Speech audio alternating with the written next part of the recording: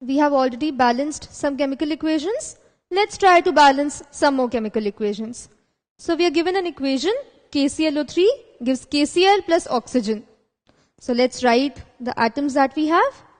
We have potassium atom, we have chlorine and oxygen. Now let's count the number of atoms on both the reactant and the product side. So potassium, we have 1 atom, chlorine, we have 1 atom, oxygen, we have 3 into 1, 3 atoms. On the product side, we have 1 atom of potassium, 1 atom of chlorine, and 2 atoms of oxygen. Now, if we look at the equation, let's write the equation again. We see that potassium and chlorine are balanced, but oxygen is not balanced. There's a difference of 1 atom on the reactant and the product side. We know we always balance the species which is present alone in the end. Here oxygen is present alone, and this is the only species which is not balanced. Now, here we have 3 atoms of oxygen. On the product side we have 2 atoms. How to make this balanced? Well, if you think about it, we can balance only if we make this a multiple of 2. That is, if we multiply this by 2, we get 6. And if we multiply this by 3, we get 6. So by multiplying this side by 2 and this side by 3, we can balance our oxygen on both the sides. Let's write the atoms that we have. So we get 2 atoms of potassium, we get 2 atoms of chlorine, and we get 3 to the 6 atoms of oxygen. And on the product side, this remains 1, this remains 1, chlorine is also 1, but now we have 6 atoms of oxygen. Now, if you look at the equation, our potassium and chlorine atoms are not balanced. So to balance that, we have to multiply this number by 2. That means we have to take 2 molecules of KCl. So when we take 2 molecules of KCl, we get 2 atoms of potassium, 2 atoms of chlorine, and this remains the same, that is 6. We have not made any change on the reactant side, so this remains the same.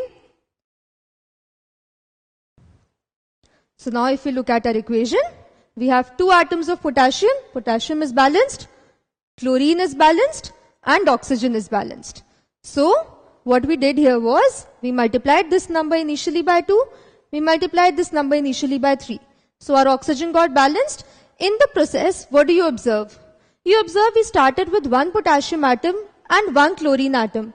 And in the end, we get 2 atoms of both. So in a way, we have doubled the number of atoms which we originally had. Now this is our balanced chemical equation. Now let's double the number of molecules. So here we have 2. If we double this, we get 4 molecules of KClO3. If we double this number, we get 4 molecules of KCl. And if we double this number, we get 6 molecules of oxygen. Now let's look at this equation. When we look at this equation, that is 4 molecules of KClO3 giving 4 molecules of KCl plus 6 molecules of oxygen. Let's count the number of atoms. We have 4 atoms of potassium, we have 4 atoms of chlorine, and we have 12 atoms of oxygen. On the product side, we have 4 atoms of potassium, 4 atoms of chlorine, and 12 atoms of oxygen. So if you look at this equation, even this is a balanced equation. Potassium is balanced, chlorine is balanced, and oxygen is balanced. So initially, if you had not started with 2 and you had started with 4, even then you would have got a balanced chemical equation. So the question is, which is the correct balanced chemical equation? Is this the correct balanced chemical equation, or is this the correct balanced equation? Now, there is only one correct balanced chemical equation. So the process is, we have to always simplify the coefficients which are present. So this means we always have to divide these coefficients by their HCF. So if we take the HCF of 4, 4 and 6, we know it's 2. So we get 2 molecules of KClO3, 2 molecules of KCl and 3 molecules of oxygen. So the correct balanced chemical equation is always the simplified balanced chemical equation. So when we simplify this equation, that is, we divide the coefficients by their HCF, we get this chemical equation. So this is our correct balanced chemical equation, whereas this is wrong. Let's look at another equation.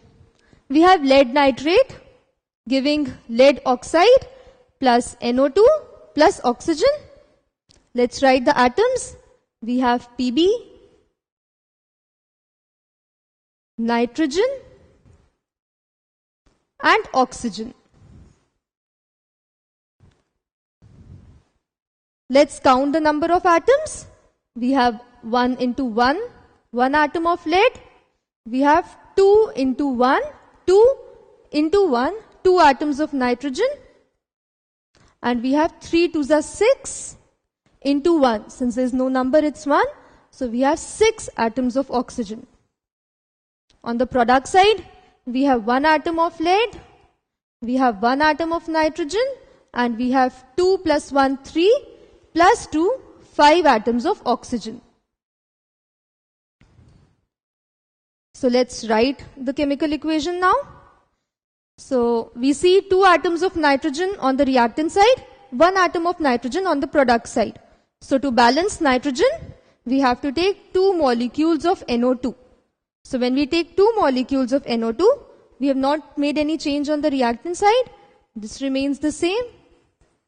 On the product side, we get 1 atom of lead, we get 2 atoms of nitrogen, and we get 2 to the 4, plus 1, 5, plus 2, 7 atoms of oxygen.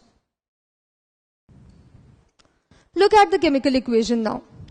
Lead is balanced, nitrogen is balanced, but oxygen, on the reactant side we have 6 atoms, on the product side we have 7 atoms. Now in this case, we cannot multiply this number by 7, because then which one do we multiply by 6? Because oxygen is present in 3 species. What do we do in such a case? If you remember, last time when we balanced the equation, all the other species got doubled. So now let's double these species. That is, we leave this, since this is present alone, so we'll balance this in the end. Let's leave this for the time being. Let's double the other species. So if we double the other species, we make this 2, we make this 2, and we make this 4. So what will we get? We have 2 atoms of lead. We get 2 into 2, 4 atoms of nitrogen. And we'll get 3 to the 6 into 2, 12 atoms of oxygen. On the product side, we get 2 atoms of lead. We get 4 atoms of nitrogen. And we get 4 to the 8, plus 2, 10, plus 2, 12 atoms of oxygen. So if we now look at our chemical equation, lead is balanced, nitrogen balanced, and oxygen balanced.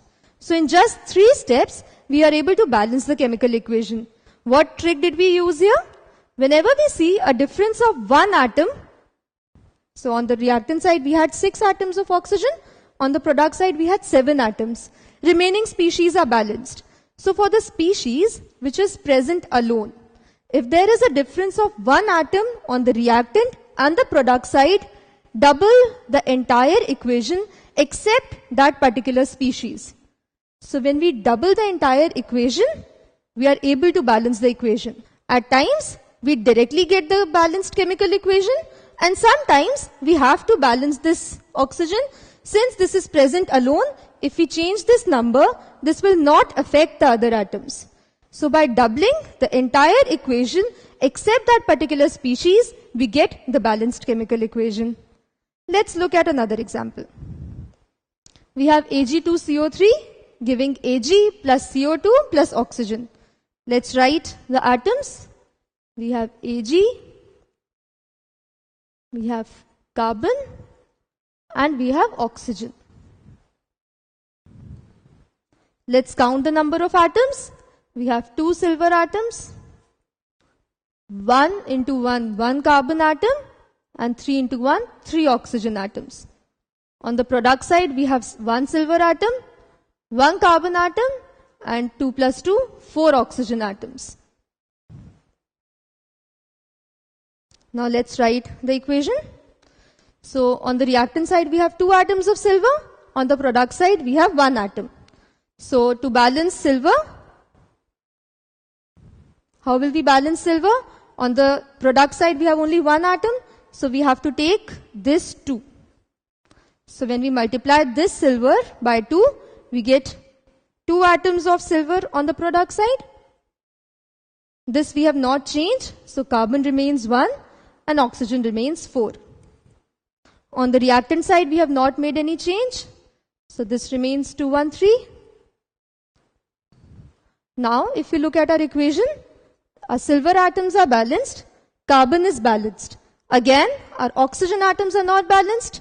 We see that oxygen species is present alone, and there is a difference of 1 atom on the reactant and the product side. So what trick do we use here? We multiply the entire equation by 2 except that particular species. So when we multiply the entire equation, we get these 2 molecules. We have to make this 4 and to make this 2. We leave this species alone.